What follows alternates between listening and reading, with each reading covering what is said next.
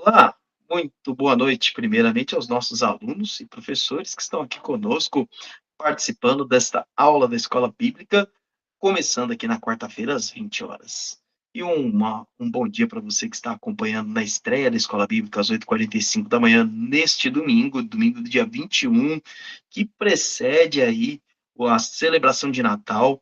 Será, inclusive, nesse domingo, o nosso culto de Natal na parte da noite, às 18h30. Então, você está convidado também a estar conosco, louvando a Deus, adorando e também apresentando a salvação a muitas pessoas, né?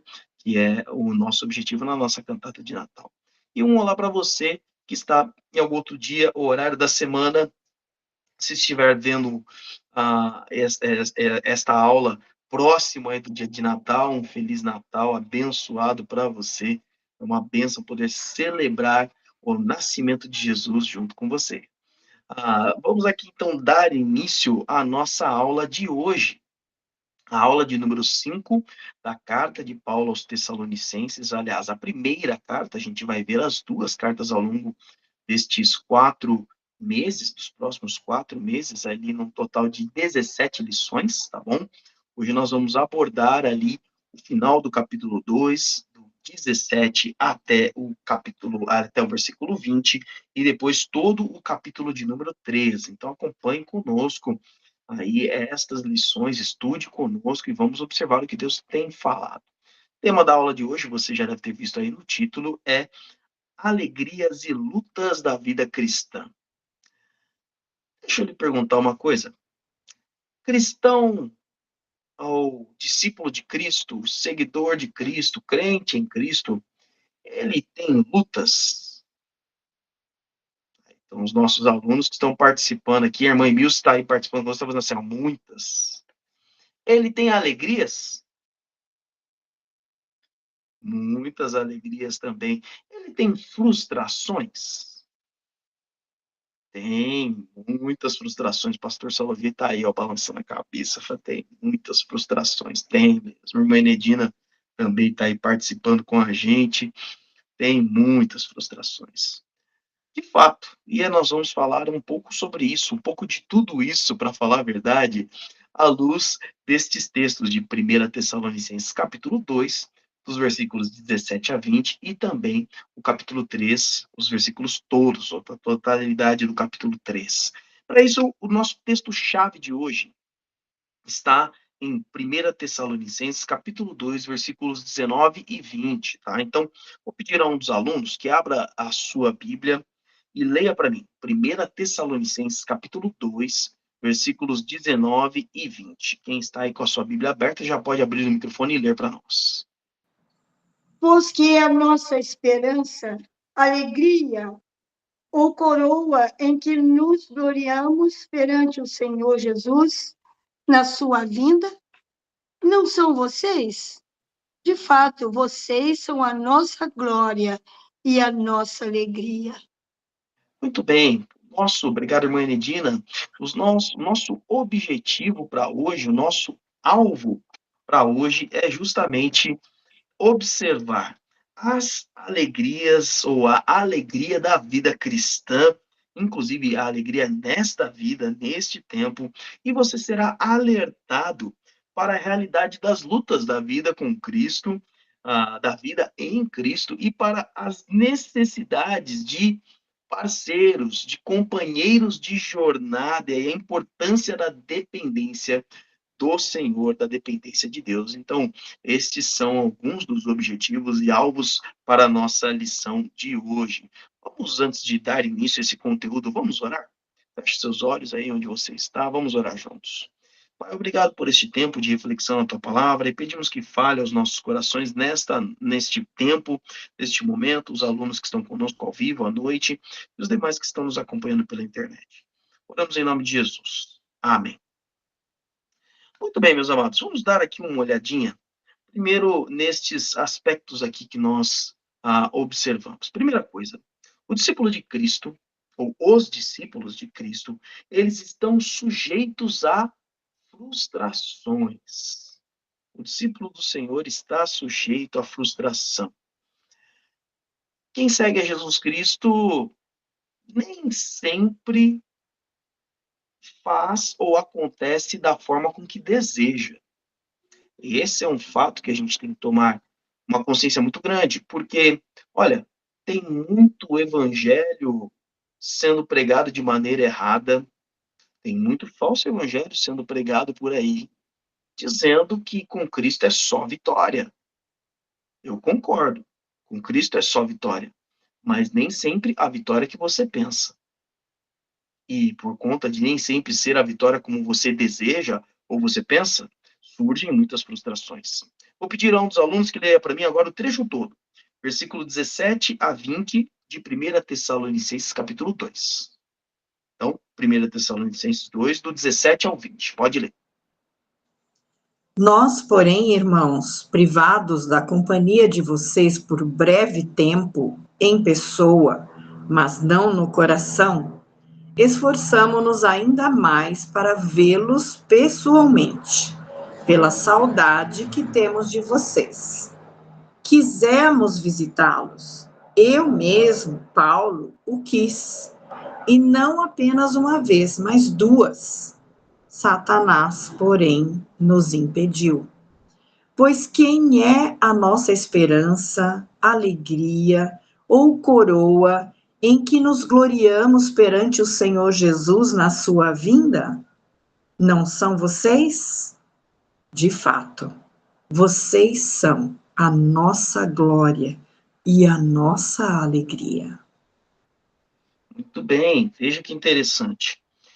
Paulo declara aos Tessalonicenses, a carta aos Tessalonicenses tem períodos narrativos, né? Paulo conta histórias, conta coisas, experiências que eles viveram, que os discípulos de Cristo viveram aqui. Ele está dizendo, irmãos, nós fomos privados da companhia de vocês, nós não tivemos a chance, foi nos tirado, ser privado é isso, né? Foi nos tirado a oportunidade de estar com vocês.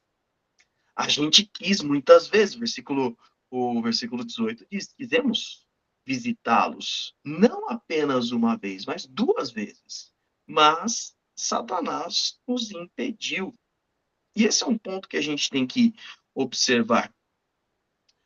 De fato, Paulo, ele que seguia Jesus, e não só Paulo, não é? Paulo e os demais discípulos que estavam com ele seguiam a Jesus, obedeciam a Jesus, estavam na missão que o próprio Cristo confiou a eles. Paulo foi revelado, por exemplo, a Ananias, aquele homem que orou sobre a vida de Paulo, sobre a saúde de Paulo e devolveu-lhe a visão. Jesus Cristo devolve por meio deste homem. Jesus diz a este homem, a Ananias, ele verá o quanto há de sofrer pelo meu nome. Ele vai me representar diante de príncipes e reis, de autoridades e de juízes. Então, Paulo, ele viveu todo esse processo, e aí você pensa, gente, se você for um discípulo como Paulo, Timóteo, Silas, Lucas, os que estavam aqui nesta viagem missionária, se você for como um destes, tudo que você fizer, tudo que você desejar, porque você está fazendo totalmente, plenamente a vontade de Deus, tudo vai dar certo. Não é isso? Se a gente confiar, se a gente estiver fielmente obedecendo ao Senhor, vai dar tudo certo. Dá errado quando a gente não está fazendo a vontade de Deus. Dá errado quando a gente é desobediente a Deus. Não é assim que às vezes a gente pensa. E olha que interessante, Paulo não queria nada demais desses homens, assim, de coisas que eles pudessem dar a ele. Não, Paulo queria vê-los. Paulo tinha o desejo, que a saudade deles. Paulo tinha o desejo de edificá-los. Então, só coisa boa, gente. E não lhe foi permitido. Frustração. Quando você lê Atos capítulo 17, provavelmente o motivo foi o que está escrito ali nos versículos de 13 a 15. Deixa eu relembrar para você a história da formação da igreja em Tessalônica.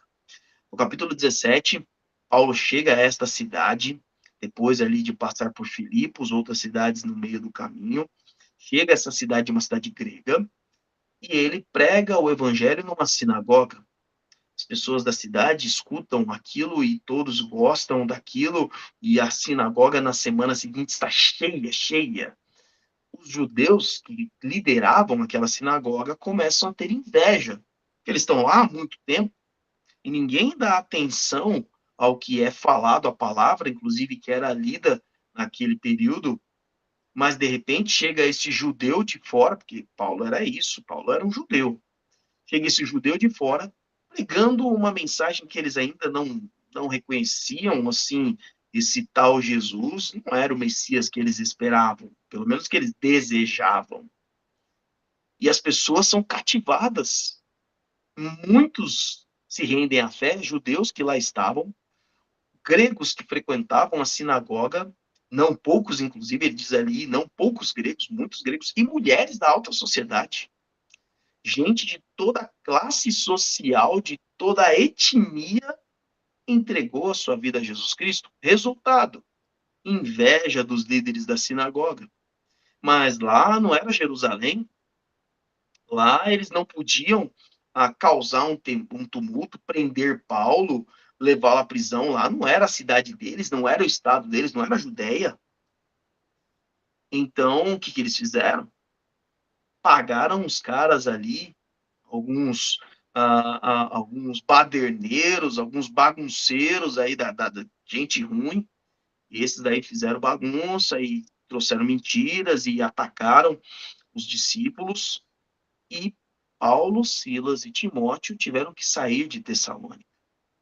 Pois bem, a jornada continua ali a partir do versículo 10, eles chegam à cidade de Bereia, uma cidade próxima, vizinha ali de Tessalônica, alguns quilômetros ali de distância, e é descrito lá no texto que eles eram mais excelentes, os judeus de Bereia eram mais excelentes do que de Tessalônica, porque os judeus de Tessalônica que rejeitaram a salvação, rejeitaram porque ouviram seus próprios corações, seus próprios desejos. Os de Bereia, eles consultaram, eles ouviram a palavra de Deus, eles ouviram as escrituras, foram buscar para ver se o que Paulo falava era verdade. E eles viram que Jesus era o Cristo, confirmado pelas profecias, e creram, diz o texto. Quando os judeus, que foram oposição a Paulo e os discípulos, souberam disso, saíram de Tessalônica, o povo sem ter o que fazer, né? Saíram de Tessalônica e foram arranjar confusão em Bereia, não era nem a cidade deles. E Paulo agora tem que sair com outros companheiros, ele deixa Timóteo e Silas ali em Bereia, e ele e alguns outros cristãos vão para Atenas. Então, a gente entende aqui essa tentativa de retornar para Tessalônica, possivelmente, pode ter sido ali por causa de Atos 17, 13 a 15. E ele diz aqui duas vezes, então pode ter acontecido em algum outro momento a necessidade dele desejar e não conseguiu. O texto não descreve, o texto nos diz ali que houve ali pessoas que não desejaram, né, que impediram, mas também que o próprio Satanás agia contrário. Isso é uma coisa que a gente tem que ter em mente. Ser cristão não te blinda da frustração.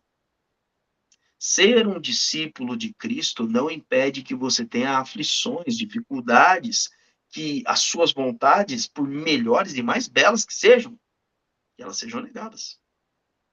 Por mais nobre e por melhor que seja o objetivo. Que lhe pareça que é a vontade de Deus. Mas ainda assim pode ser negado. Jesus declara isso lá em João 16:33 de uma maneira muito simples.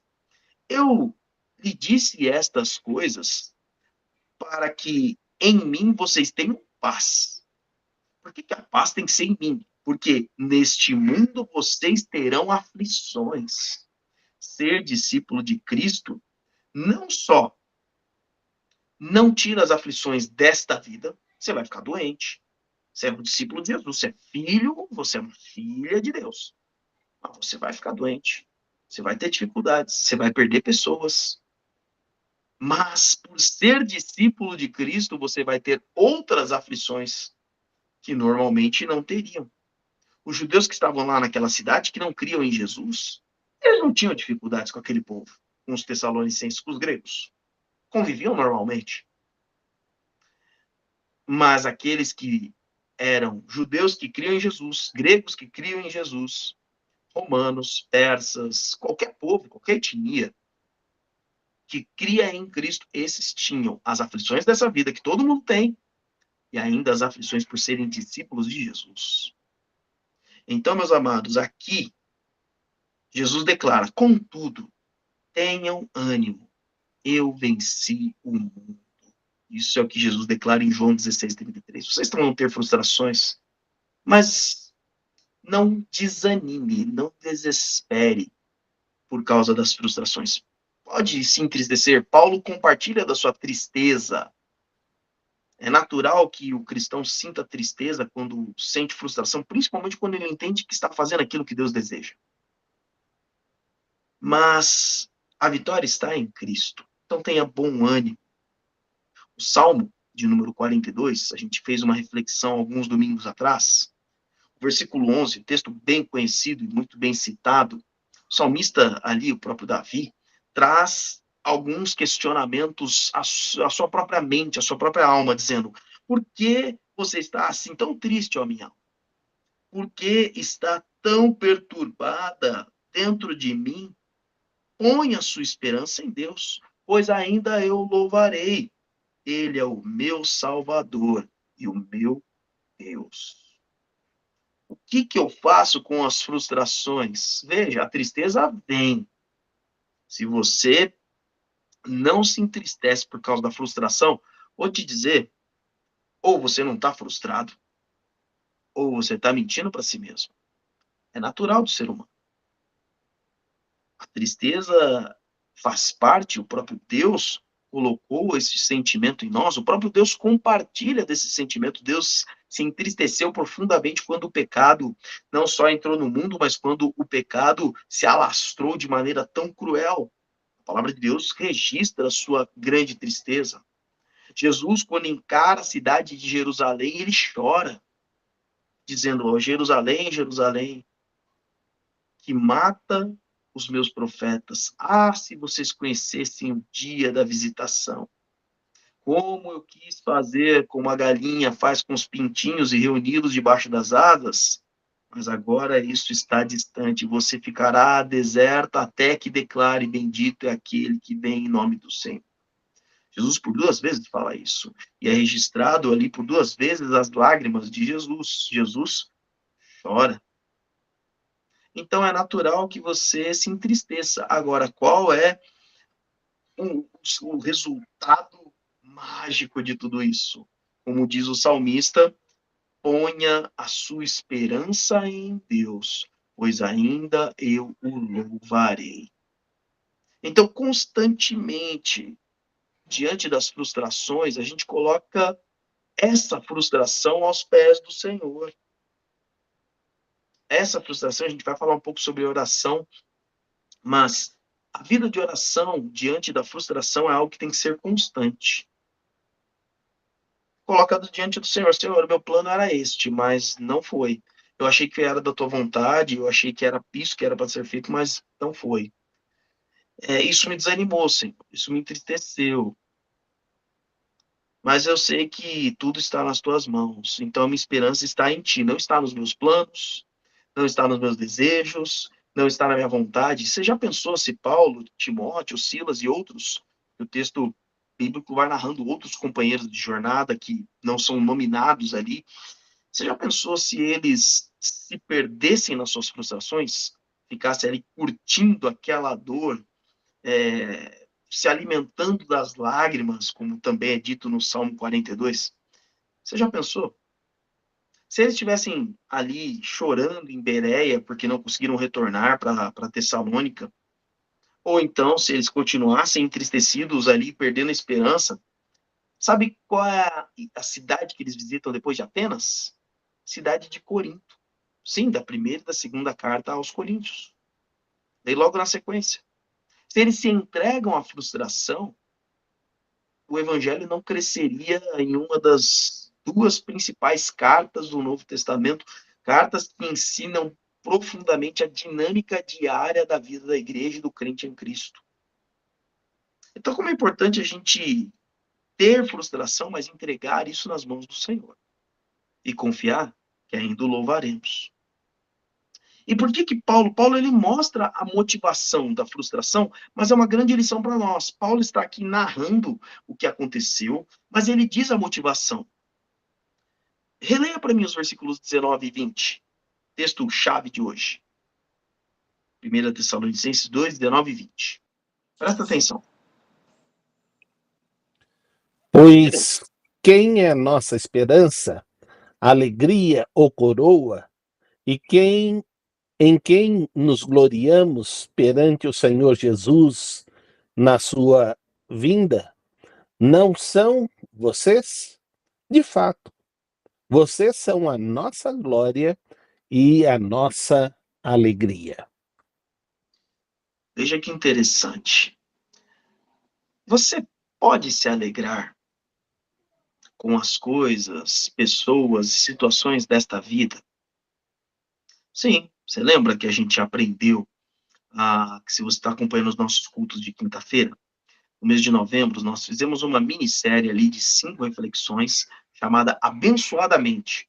Pegamos como base aquele filme da Pixar, o Divertidamente, e pegamos as 5 emoções que foram trabalhadas lá. Falamos sobre o medo, sobre a raiva, sobre a aversão, que é chamada de nojo ou a nojinho, falamos sobre a tristeza, e o último foi sobre a alegria.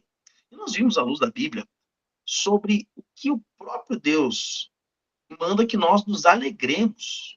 Então ele fala, olha, se alegra na criação, eu criei para o seu deleite, para a sua alegria.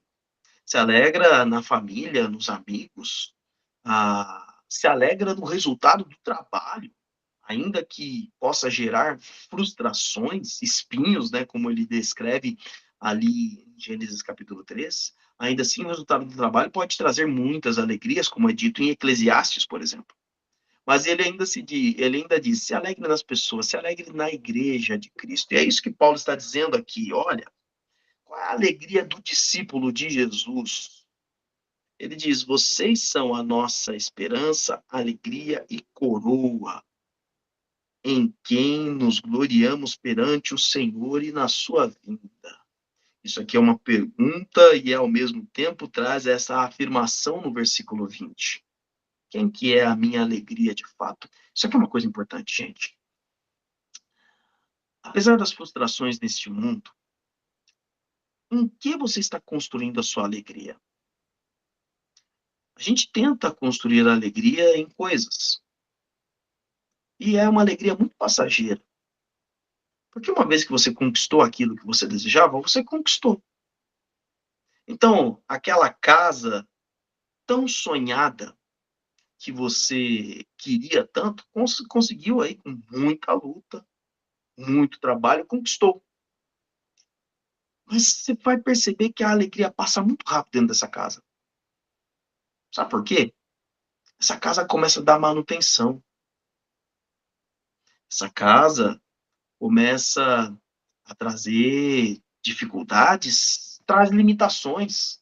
Como assim limitação? Bom, agora você mora nessa casa, se você quer viajar, você tem que pensar na segurança dela, né, para ninguém roubar. Você também tem que pensar na sua própria segurança quando está dentro dela. Ou quando você está avançando em idade, se você tem filhos, aí começa, às vezes, uma briga de família para ver quem que vai ficar com a casa. Parece que ninguém se importa com quem está dentro da casa, não é mesmo? E tem horas, então, que não é tão alegre assim. Às vezes, as piores brigas foram dentro dessa casa, e alguns cômodos dela trazem alguns ambientes de tristeza. Às vezes, você pode ter tido a tristeza de perder alguém dentro desta casa. Isso é muito comum. As coisas deste mundo trazem alegria passageira e alegria que nem sempre é renovável.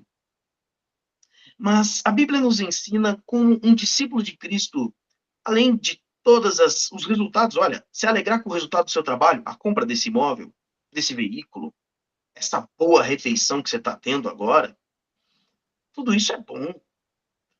Mas a Bíblia nos ensina que um discípulo de Cristo verdadeiramente se alegra, ou melhor, vale a pena se alegrar nos seus irmãos a quem você tem formado em Cristo, discipulado, discípulo que se torna discipulador. E Paulo está dizendo, você quer saber por que a gente está com saudade de vocês, Tessalonicenses? Vocês querem saber por que a gente sente sua falta? Por que a gente quer estar aí com vocês? Porque vocês são nossa alegria. Vocês são nossa esperança. Ué, pastor, mas não é Jesus a nossa esperança? Sim, mas a esperança que Paulo está dizendo é aquele ponto de que no poder de Deus, todo mundo pode ser transformado. Você lembra da nossa campanha de missões nacionais do ano passado? Tinha um jargão, uma frase que era dito, se tem solução para mim, tem para qualquer um. Paulo olhava para aqueles homens e mulheres de Tessalônica, judeus, gregos, mulheres e homens da alta sociedade, dizendo, olha, tem solução para todo mundo ali. Olha o resultado do poder de Deus na vida das pessoas.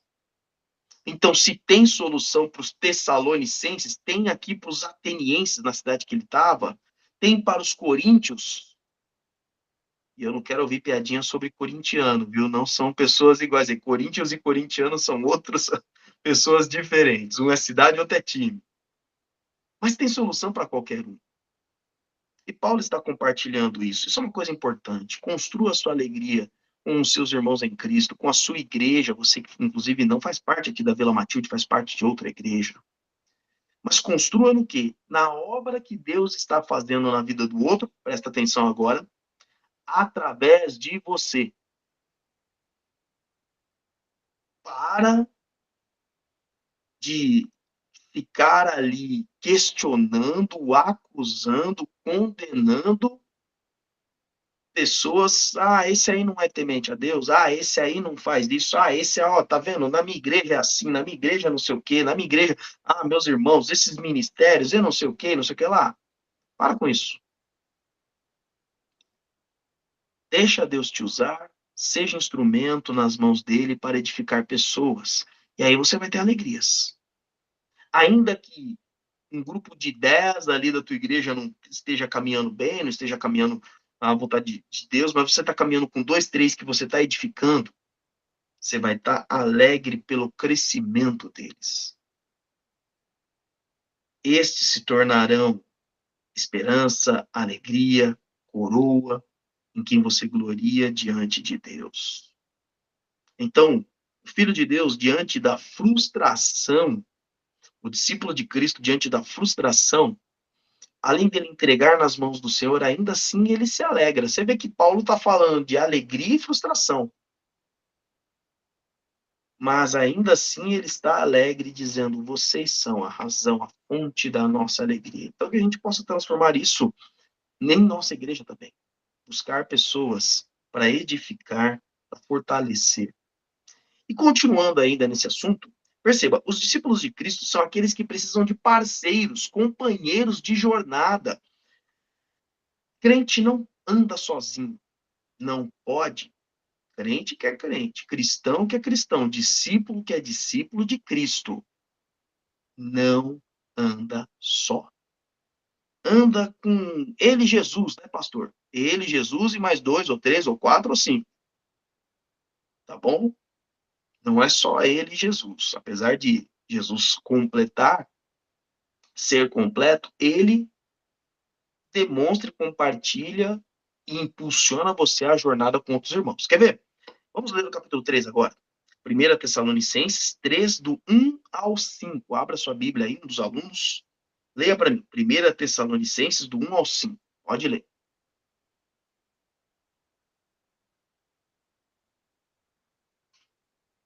Mas não demora não, gente.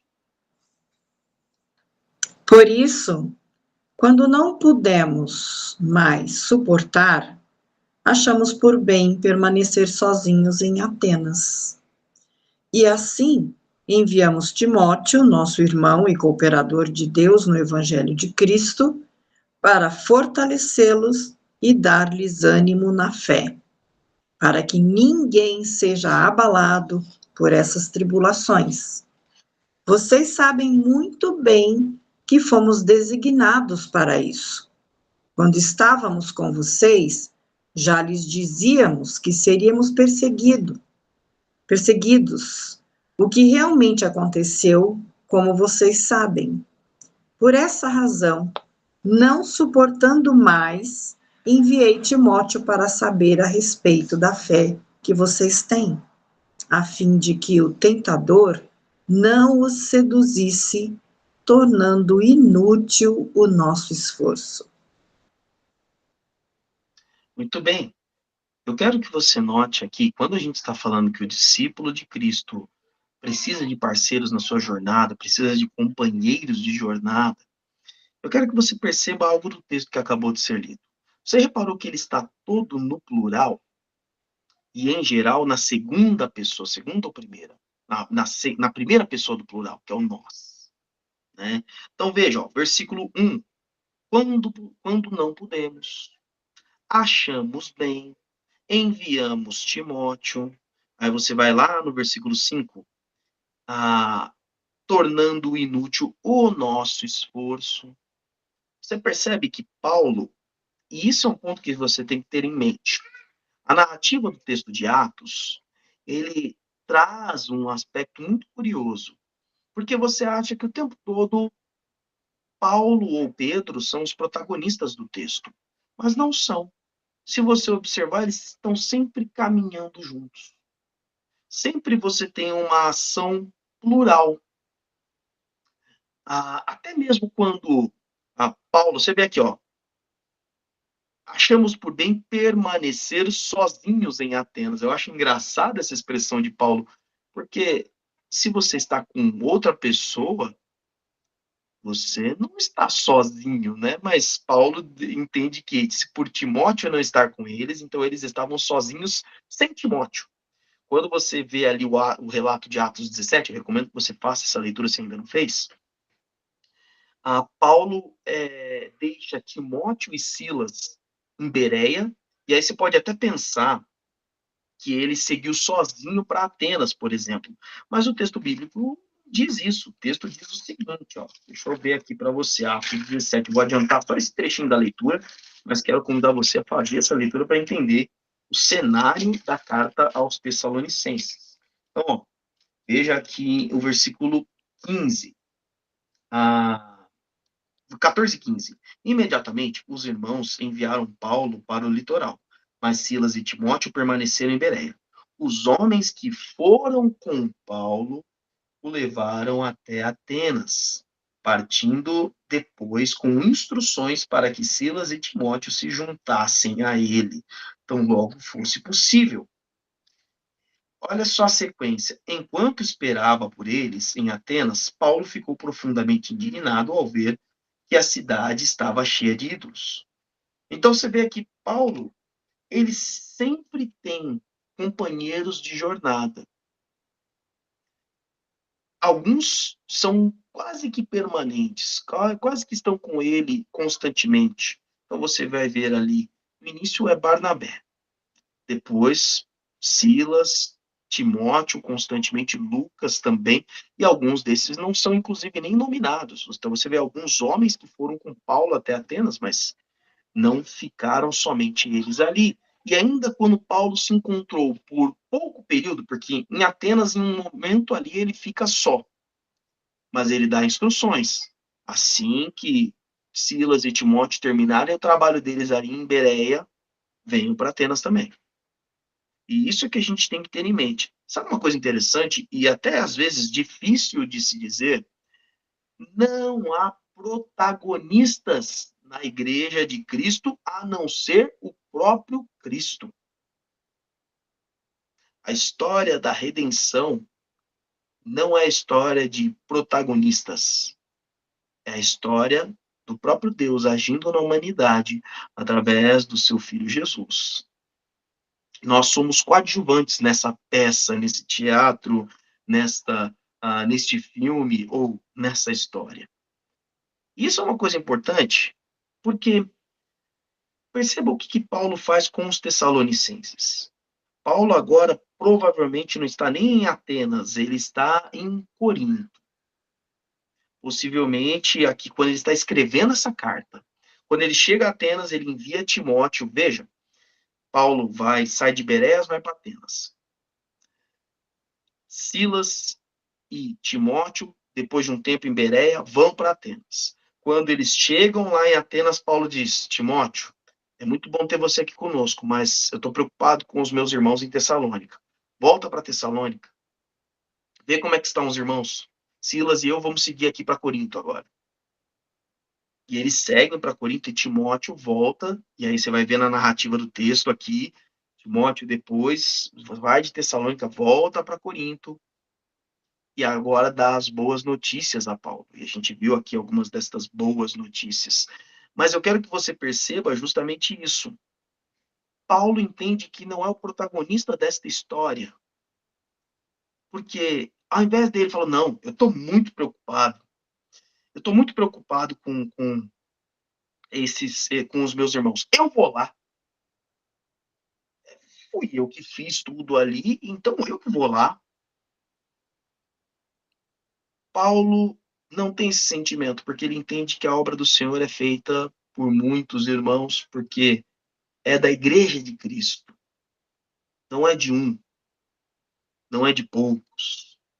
É do corpo de Cristo. Então, o texto diz aqui que eles enviaram Timóteo. E olha que interessante. Quem é Timóteo? É nosso irmão, é cooperador de Deus no Evangelho de Cristo. E Timóteo é enviado com um propósito para fortalecer, diz o versículo 2, para fortalecer e dar-lhes ânimo na fé. Também, lá no versículo 5, para saber a respeito da fé que vocês têm, a fim de que os tentador não os seduza. Então, veja, por que Paulo confia esta obra a Timóteo? Porque Paulo confia em Deus. Lembra quando a gente falou sobre frustração, sobre entregar nas mãos do Senhor? Paulo tem uma confiança em Timóteo. Ele é cooperador de Deus. Obviamente que é necessário, na Igreja de Cristo, realizar trabalho através de pessoas maduras, pessoas experimentadas no Evangelho. E Timóteo era este homem que assim fazia. Mas ele sabia que era o próprio Deus agindo através de Timóteo. Que ele seria instrumento nas mãos do Senhor. Então, o primeiro aspecto é isso. O discípulo de Cristo precisa de jornada porque a obra do Senhor não se faz sozinho. Agora, o discípulo de Cristo que caminha com companheiros, com parceiros de jornada, entende que a recompensa não é dele, a recompensa é do corpo de Cristo, a recompensa é da igreja. Leia para mim os versículos de 6 a 9. Então, 1 Tessalonicenses, capítulo 3, versículos de 6 a 9. Quem achou pode ler. Agora, porém, Timóteo acaba de chegar da parte de vocês, dando-nos boas notícias a respeito da fé e do amor que vocês têm. Ele nos falou que vocês sempre guardam boas recordações de nós, desejando ver-nos assim como nós queremos vê-los. Por isto, irmãos, em toda a nossa necessidade e tribulação, temos bom ânimo a seu respeito, por sabermos da sua fé, pois agora vivemos e visto que vocês estão firmes no Senhor, como podemos ser suficientemente gratos a Deus por vocês, por toda a alegria que temos diante dele, por causa de vocês. Veja que interessante isso que Paulo está dizendo. Ele traz agora, ele comunica as notícias que Timóteo comunicou.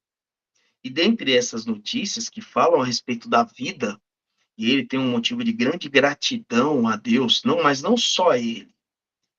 Porque ele diz o seguinte, ele nos falou, lá no versículo 6, ele nos falou que vocês sempre guardam boas recordações de nós, desejando ver-nos, assim como nós queremos vê-los. De novo, aqui o plural. Paulo entende que não é ele o único instrumento de Deus para realizar essa obra. Paulo entende que esse processo Deus o faz através de vários dos seus irmãos. E aí no versículo 9 nos é dito o seguinte: como é que a gente pode ser tão grato a Deus, suficientemente grato a Deus por vocês, por toda a alegria que temos, plural de novo, diante dele por causa de vocês? Você sabe que é interessante quando a gente observa os nossos missionários visitando a nossa igreja e outras igrejas, eles vão trazendo os relatos, eles fazem eles fazem uma questão constante de declarar que este é o trabalho da Igreja Batista Brasileira.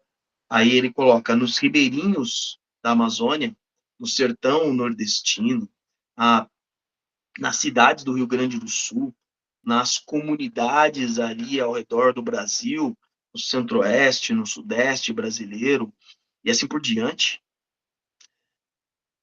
Este é o resultado da ação de Deus através da igreja, através de vocês.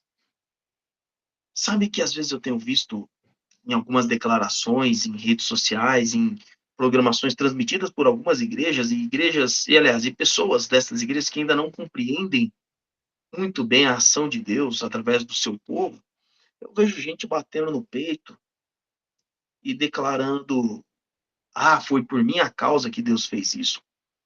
Esta obra foi feita por mim, eu sou mãe desta nação, eu sou pai deste povo. Já ouviu algumas pessoas falando isso? Eu, por meio de mim, Deus fez isso ou aquilo. Sim, uma pessoa pode ser instrumento nas mãos de Deus, mas a obra de Deus não é feita por uma pessoa, é feita pela igreja de Cristo. E uma pessoa que faz parte da igreja de Cristo, mas às vezes esquece. Não quer dizer que deixou de fazer parte, não. Não quer dizer que não foi usado por Deus também, não. Mas esqueceu que a obra do Senhor vem através da sua igreja. E que quem permanece é a igreja de Cristo, não sou eu. Pastor Cristiano vai passar. Pastor Salovi vai passar. E vou te dizer, daqui a 100 anos, provavelmente ninguém vai lembrar de nós. Quem sabe aí, com o YouTube, se ele ainda existir, pode ser que você veja um vídeo nosso aí de 100 anos. Deixa eu ver como é que era a Igreja Batista de Vila Matilde há 100 anos atrás. Quem sabe, se ainda existia um YouTube, né? Pode ser que não exista mais. Mas provavelmente não vão lembrar, não. E se assim o fizer, tá tudo bem. Porque a ação e a obra é do Senhor. Então, a alegria, a recompensa não é só sua. Por isso, isso é uma coisa importante. Você está fazendo a obra de Deus, envolva a gente com você, porque distribui a tarefa, diminui o esforço e aumenta a alegria. É muito melhor rir junto do que rir sozinho. É muito melhor e muito mais recompensador se alegrar numa festa do que na poltrona de um sofá. Pega numa coisa besta e simples. Você já riu tanto de uma piada que você queria ter alguém para compartilhar? Coisa besta, né, gente? Você já assistiu um filme tão bom que não foi o suficiente falando, não, mas alguém tem que ver esse filme. Meu pai, hoje à tarde, ligou para combinar alguma coisa ou outra sobre a aula de hoje. E aí ele falou, não, eu tô chorando aqui. Eu falei, tá chorando por quê? Eu achei que ele tava com dor, né? Porque ele passou aí a semana com dor. Não, acabei de ver um filme aqui, lindo, que me fez chorar aqui. Eu vou mandar para você. Eu acho que ele deve ter visto isso com a minha mãe, esse filme com a minha mãe. Aí, ó, você tá fazendo assim. Minha mãe que eu conheço, ela deve ter chorado mais ainda, porque ela é muito mais chorona ainda. Mas veja, os dois viram o filme. Mas o filme trouxe tantas emoções emocionantes, né? Ver chorar, mas que trouxe um bom resultado, que ele quis compartilhar. E é assim a alegria do discípulo de Cristo que entende que a recompensa é da sua igreja, é da igreja de Cristo. Os outros têm que saber o que está acontecendo aqui no sertão nordestino, os outros têm que saber o que está acontecendo aqui no meu bairro. Tenho falado de Jesus Cristo pro meu barbeiro, o Luan. E eu tenho compartilhado isso no púlpito, tenho compartilhado nas reuniões de discipulado, porque sim, Deus está usando a minha vida, pode ser que esteja usando a vida de outros irmãos que são de outras igrejas, conversando com ele ali, quem sabe, ele leu a Bíblia no passado, com certeza não é, eu conheci esse ano, então com certeza não tenho nada a ver com isso, mas compartilho porque quando o Luan, se já não tiver feito isso, render a sua vida a Jesus Cristo, a vitória é da igreja de Cristo. Ainda que ele não vá frequentar a igreja batista de Vila Matilde, mas ele passa a fazer parte da igreja de Cristo. Então, essa é a alegria que é completa quando a gente entende que a alegria é do corpo e não só de uma parte. Por último, a gente aprende que o discípulo ou os discípulos de Cristo aprendem a dar a honra devida ao Senhor. Então, leia para mim os versículos de 10 a 13. 1 Tessalonicenses 3, de 10 a 13. Leia para mim, por favor.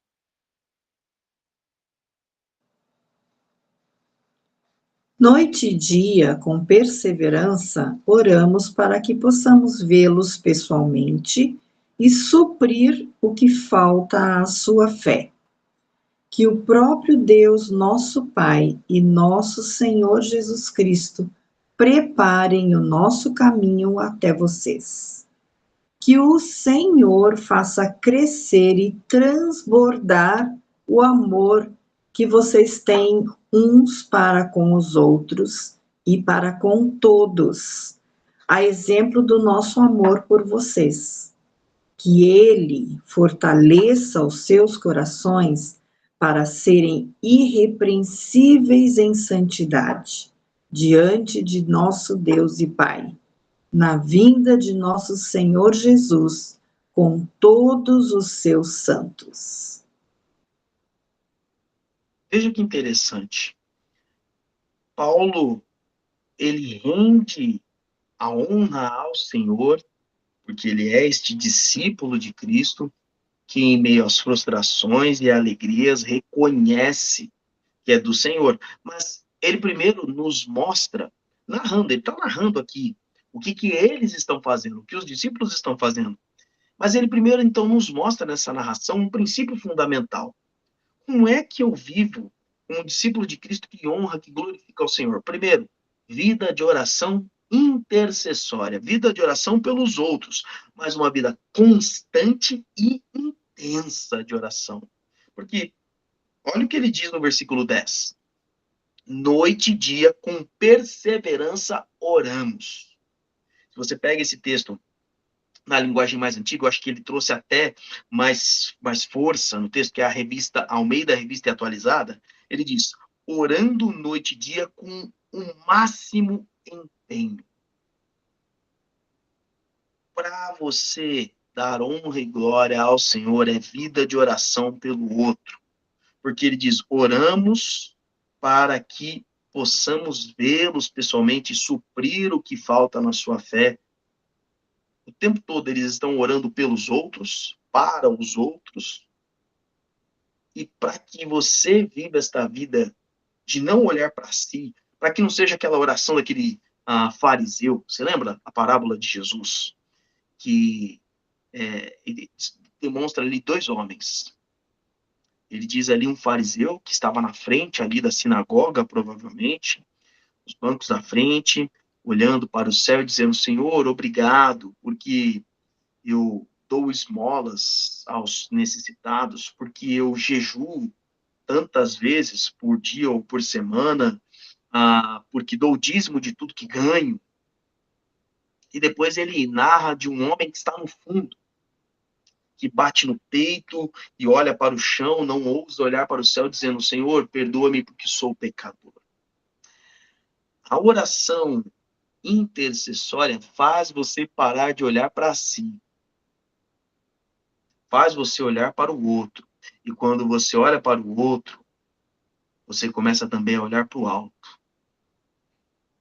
Na oração de Paulo, ele pede a Deus. Aliás, desculpa, na oração dos irmãos, porque o texto é plural.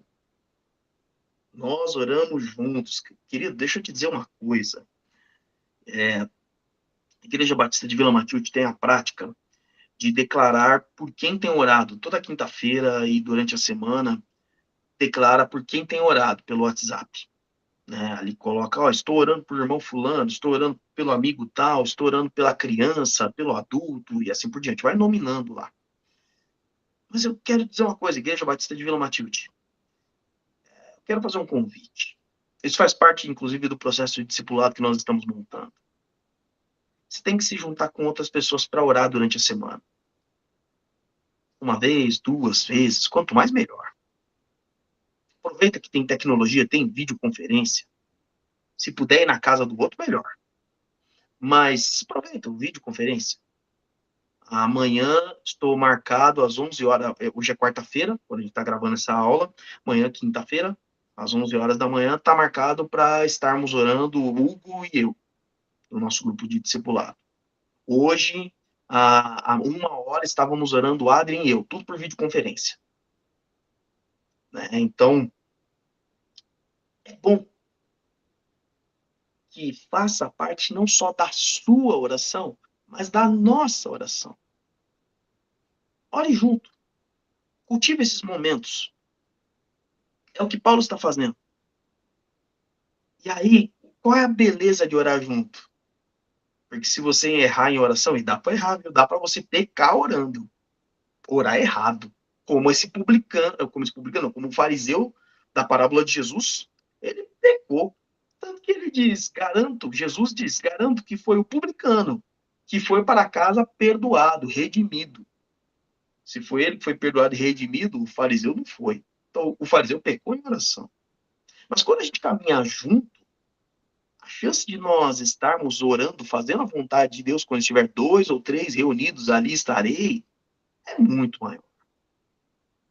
E aqui a palavra de Deus traz uma coisa maravilhosa, porque agora que Paulo demonstra a vida desses discípulos como oradores, intercessores, constantes, intensos, agora ele vai dizer, deixa eu mostrar para vocês pelo que nós estamos orando por vocês, Tessalonicenses. E aí ele começa. Que o próprio Deus e nosso Pai de nosso Senhor Jesus Cristo, nosso Pai e nosso Senhor Jesus Cristo, preparem o nosso caminho até vocês. Então, primeira coisa, eles tinham uma grande aflição para voltar até os Tessalonicenses. Então, eles tentaram. Paulo diz, eu tentei 2 vezes. Eu tentei 2 vezes. E, olha, Satanás me impediu. As pessoas me impediram. Isso revela uma coisa, quando a gente tenta fazer a obra de Deus no nosso esforço, no nosso preparo, e olha que é importante a gente fazer planos, não é? Ter preparo, mas a gente cultiva muitas frustrações. Então Paulo diz assim, chega de esforço próprio, que o nosso Deus prepare. Porque se ele não preparar, não vai acontecer. E se ele não preparar, é porque não é desejo dele, então glória a ele. De fato, não há relato no livro de Atos que Paulo retornou a Tessalônica, tá? Depois de Corinto. Ele continuou, ele foi voltando ali, ele foi parar em Éfeso. E ali, inclusive, é organizada uma das igrejas mais importantes do Antigo Testamento, que é a igreja em Éfeso. Então, não foi pela vontade deles. Deus preparou outro caminho, que foi frutífero, que foi, de fato, que mudou a história da igreja no mundo todo, não só naquele tempo. A carta aos Efésios é uma das cartas mais poderosas no que se fala sobre a unidade da igreja de Cristo. Você aprende o que é a unidade da igreja de Cristo em Efésios. Ele dá uma lapidada em 1 Coríntios 12, mas Efésios ele aborda isso na carta inteira. E aqui, então, Paulo agora vai declarar outros aspectos sobre o reconhecimento da ação de Deus. Então, lembra que a gente falou nesse terceiro ponto. O discípulo de Cristo aprende a dar honra devida ao Senhor. Então, agora ele está dizendo, olha, que nosso Senhor prepare o caminho. Que o Senhor faça crescer e transbordar o amor que vocês têm uns para com os outros e para com todos, a exemplo do nosso amor por vocês. Então, olha, vocês já viram o nosso amor? Vocês vão imitar. Vocês estão vendo quanto a gente ama vocês. Timóteo é um companheiro precioso. A gente preferiu que ele ficasse com vocês. A gente preferiu, quando estivemos com vocês, não sermos pesados a vocês. Nós trabalhamos para não exigir de vocês nenhum tipo de sustento. Que a gente queria que só o evangelho chegasse e fizesse efeito. Os Tessalonicenses depois ajudaram Paulo na sua jornada. Isso aconteceu de fato. Os filipenses ajudaram Paulo na sua jornada. Mas Paulo, Silas e os demais demonstraram um amor profundo. E aí eles estão dizendo, olha, que vocês imitem esse amor, mas entenda o seguinte, é o Senhor que vai fazer esse amor crescer e transbordar, porque esse amor que nós temos por vocês é dele. Então, veja de novo, Paulo reconhecendo a ação de Deus. Você só dá glória a Deus quando reconhece que é Deus que está fazendo. Quem não reconhece a ação de Deus não glorifica, não honra a Deus. E Paulo, mais uma vez, declara que ele fortaleça os seus corações. Que Deus prepare, que Deus faça, que Deus fortaleça. O discípulo de Cristo aprende a dar honra e glória ao Senhor, primeiro, com vida de oração pelo outro. Vida de oração intensa, coletiva e constante. E nessas orações, ele entrega o preparo, dizendo é do Senhor. Ele reconhece que é só o Senhor que vai fazer crescer. Você lembra quando Paulo orienta aos coríntios, dizendo, olha, quem que é Apolo, quem que é Pedro, quem que é Paulo? Eu plantei, Apolo regou, mas é Deus que dá o crescimento. E Paulo termina todo esse processo declarando que tudo vem do Senhor e é para o Senhor. Porque ele termina no versículo 20, do versículo 13, de 1 Tessalonicenses 3, dizendo que o Senhor fortaleça para vocês serem irrepreensíveis em santidade diante do nosso Deus e Pai. Ele não queria que eles fossem os filhos bem comportados dele. Que o comportamento de vocês seja bom, irrepreensível, porque olha, não quero ver vocês assim, hein? Eu não quero vocês agindo dessa forma. Vocês não podem ter esse tipo de comportamento na minha presença. É absurdo. A gente ouve os pais, nossos pais falando isso. Como é que você fala assim com seu avô? Na minha frente. Como é que fala assim com a professora? Não, o comportamento do cristão não se importa em ser desonrado pelos outros. Ele busca honrar ao Senhor. Então, ser irrepreensível em santidade não é diante de mim, é diante do Senhor, porque eu não sou o santo de Israel, eu fui santificado. Então, a minha postura é diante do Senhor e é para o Senhor. E ele diz, na vinda de nosso Senhor Jesus Cristo com todos os seus santos. Então, quando Cristo nos ensina a sermos discípulos, ele nos ensina a aprendermos a dar esta honra devida ao Senhor, porque por meio dele, como diz Romanos 11:36, porque dele e por meio dele e para ele são todas as coisas. A ele, pois, a glória eternamente. Amém. Você, diante do Senhor, na vida com Cristo, nesta vida você vai passar por muitas frustrações e vai ter muitas alegrias. Direcione as suas alegrias para os seus irmãos em Cristo, para edificação. Leve pessoas a crescer. Que eles sejam a sua coroa, que eles sejam a sua glória perante o Senhor, que eles sejam sua alegria. Mas coloque essas frustrações diante do Senhor, saiba, você vai ter. Aceita, como diz o ditado, ou aliás, a frase aí, aceita que dói menos. Aceita. Porque, de fato, nem tudo vai sair conforme os seus planos, mas pode ficar tranquilo que tudo vai sair conforme os planos do Senhor. Por isso, entrega nas mãos dele, pois ainda você o louvará. Ainda, os discípulos de Cristo são aqueles que não caminham sós. Eles caminham juntos, companheiros de jornada. Entenda que você nunca faz o trabalho do Senhor, ainda que seja no seu trabalho, ainda que seja na sua casa, na sua vizinhança, você não caminha só. E entenda que em tudo isso que você fizer, quem vai ser honrado, glorificado é o Senhor, porque a obra é dele, é por ele e é para ele. Amém? Olha, antes da gente encerrar aqui, um recado muito importante. Você está vendo esta aula, provavelmente aqui na estreia, no dia 21 de dezembro de 2025. Se você está vendo neste domingo, agora pela manhã, tenho que te dizer, hoje à noite, às 18h30, nós temos uma cantata especial do nosso coral de adultos e o coral infantil. Título Um Natal Inesquecível. Deixa eu te dizer uma coisa. Se você ainda não tem a Jesus Cristo, essa é a tua oportunidade de entender que o Natal não é qualquer celebração do ano e que esse Natal pode ser inesquecível para você.